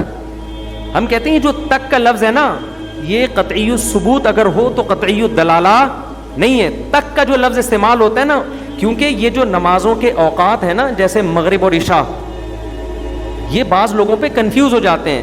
ایک آدمی ہو سکتا ہے مغرب کی طرف دیکھ کر کہے کہ عشاء کا وقت داخل ہو گیا ہے, دوسرا کہے داخل نہیں ہوا, کیونکہ جو سرخ روشنی غائب ہوتی ہے, کسی کو لگے گا کہ غائب ہو گئی ہے, کسی کو لگے گا کہ غائب نہیں ہوئی ہے. تو جب نبی نے مغرب کو عشاء تک پہنچایا, ہو سکتا ہے صحابی سمجھے ہوں کہ عشاء کا وقت شروع ہو گیا ہے, حالانکہ ابھی عشاء کا وقت شروع نہ ہوا. یہ کنفیوژن ہو سکتی ہے. تو جب اس حدیث میں یہ احتمال موجود ہے تو ہم ایک یقینی چیز, اور نماز تو اسلام میں ایمان کے بعد اس سے بڑا تو کوئی حکم ہے ہی نہیں, اس یقینی کو کیسے چھوڑ دیں ہم؟ تو جب تک اتنی کثیر روایات, اتنی واضح طور پر روایات نہیں ہوں گی, امام حنیفہ کہتے ہیں میں سفر میں نماز کو قضا کرنے کی اجازت نہیں دیتا. اور مزے کی بات یہ, عبداللہ بن مسعود جو نبی کے سفر حضر کے ساتھی ہیں, وہ کہتے ہیں نبی نے کبھی دو نمازیں اکٹھی نہیں پڑھی ہیں, نہ سفر میں نہ حضر میں. ان کا بیان بھی ہے یہ, حج کے موقع پہ یہ کیا گیا ہے, کیونکہ حج کے تو سارے ارکان کیا ہیں, خلاف قیاس ہیں. اور اس کے بارے میں بڑی خاندانی دلیل امام حنیفہ کی, بخاری مسلم کی حدیث ہے، نبی نے مدینہ میں بغیر سفر کے، بغیر بارش کے، بغیر عذر کے 2 نمازیں اکٹھی پڑھی ہیں. ہم کہتے ہیں جو اس کا مطلب ہے وہی بولو، باقیوں کا بھی وہی مطلب ہے. صحیح ہے نا؟ یہاں آپ اگر کہتے ہو 2 نمازیں ایسے اکٹھی پڑھی ہیں کہ ظہر کو قضا کر کے عصر میں لے گئے، تو اس کا مطلب تو پھر یہ تو بلا عذر بھی جائز ہے. حالانکہ اہل سنت والجماعت میں کوئی بھی اس کا قائل نہیں ہے. پھر تو یہ جو قرآن کی آیت ہے نا کہ نمازیں مقررہ اوقات پہ فرض ہیں، اس کا کوئی مطلب بنتا ہی نہیں ہے. تو ہم کہتے ہیں جو مطلب وہاں ہے وہی مطلب کہاں ہے؟ سفر میں. اور ایک عقلی دلیل دے کے بس میں بیان ختم کرتا ہوں. عقلی دلیل یہ کہ دیکھو قرآن مجید نے 4 رکعتوں کے 2 کر دیے سفر میں، اسی وجہ سے تو کیے کہ اس کو قضا کرنے کی نوبت نہ آئے. آپ اسپیڈ میں ہو، آپ کہہ سکتے ہو کہ بھائی میں 4 پڑھوں گا تو میرے پاس ٹائم نہیں ہے، جہاز نکل جائے گا، یہ ہو جائے گا، وہ ہو جائے گا. اللہ نے کہا چل کتنی پڑھ لے؟ 2. یہ نمازوں کو بچانے کے لیے ہے کہ آپ حفاظت کر سکیں، اس کی قضا نہ ہونے دیں آپ. تو جب 2 کی ہی اس لیے گئی ہیں تاکہ آپ کے پاس قضا کرنے کا آپشن ختم ہو جائے. تو یہ خود اس کی علامت ہے کہ پھر آپ کو قضا کرنے کی اجازت نہیں دی جا رہی. یہ وہ مضبوط دلائل ہیں جن کی بیس پر امام حنیفہ اس کے قائل ہیں کہ آپ سفر میں 2 نمازیں اس طور پہ تو اکٹھی کر سکتے ہیں کہ ظہر کو عصر کے قریب اور عصر کو مقدم کر لیں. اس طور پہ نہیں کر سکتے کہ ظہر کے بعد فوراً اسی ٹائم پہ عصر پڑھ لیا، ظہر کو قضا کر کے کب کر لیا؟ عصر میں لے گئے. تو خیر اجتہادی مسئلہ ہے، اختلافی مسئلہ ہے، ہم اختلافی مسائل میں تشدد کے قائل نہیں ہیں، لیکن اتنا مان لو کہ امام حنیفہ کے پاس بھی دلائل کے انبار ہیں. بس اب اتنا مان لو. آپ یہ نہ سمجھو کہ یہ بر صغیر اور انڈیا پاکستان کے علماء یہ معاذ اللہ گھاس کھا رہے ہیں بیٹھ کے. آج جو نئے نئے اسکالر آ رہے ہیں وہ ایسا شو کرتے ہیں کہ یہ تو فارغ لوگ ہیں بالکل. تو ایسا نہیں ہے. ایسا کرو گے تو میرے بھائی کوئی بھی نہیں ہے. دلائل کی دنیا میں ابو حنیفہ کے دلائل کی جو طاقت ہے نا وہ بہت زیادہ ہے، تبھی تو اس امت کے وہ امام بنے ہیں. خیر کہاں سے کہاں بات نکل گئی، اس پہ میں کبھی انشاءاللہ کلپ ریکارڈ کرواؤں گا پورے ریفرنس کے ساتھ کہ یہ حدیث ہے، اس کا کیا مطلب ہے. اس بارے میں جو صریح حدیثیں ہیں نا وہ صحیح نہیں ہیں، جو صحیح ہیں وہ صریح نہیں ہیں. صریح کا مطلب کہ جن سے بالکل پتہ چلتا ہے کہ نمازیں قضا کی گئی ہیں وہ صریح نہیں ہیں، یعنی مفہوم میں صریح نہیں ہے. اور جو صریح ہیں وہ سند کے لحاظ سے صحیح نہیں ہے. تو ایسی بات پر قرآن کو کیسے ترک کیا جائے گا، اسلام کا رکن کیسے چھوڑ دیا جائے گا؟ سمجھتے ہو کہ نہیں سمجھتے؟ اور ایک اور بات یہ کہ دیکھو 2 نمازوں کے اکٹھے کا وقت ظہر عصر میں آتا ہے اور مغرب اور عشاء میں. اس کے علاوہ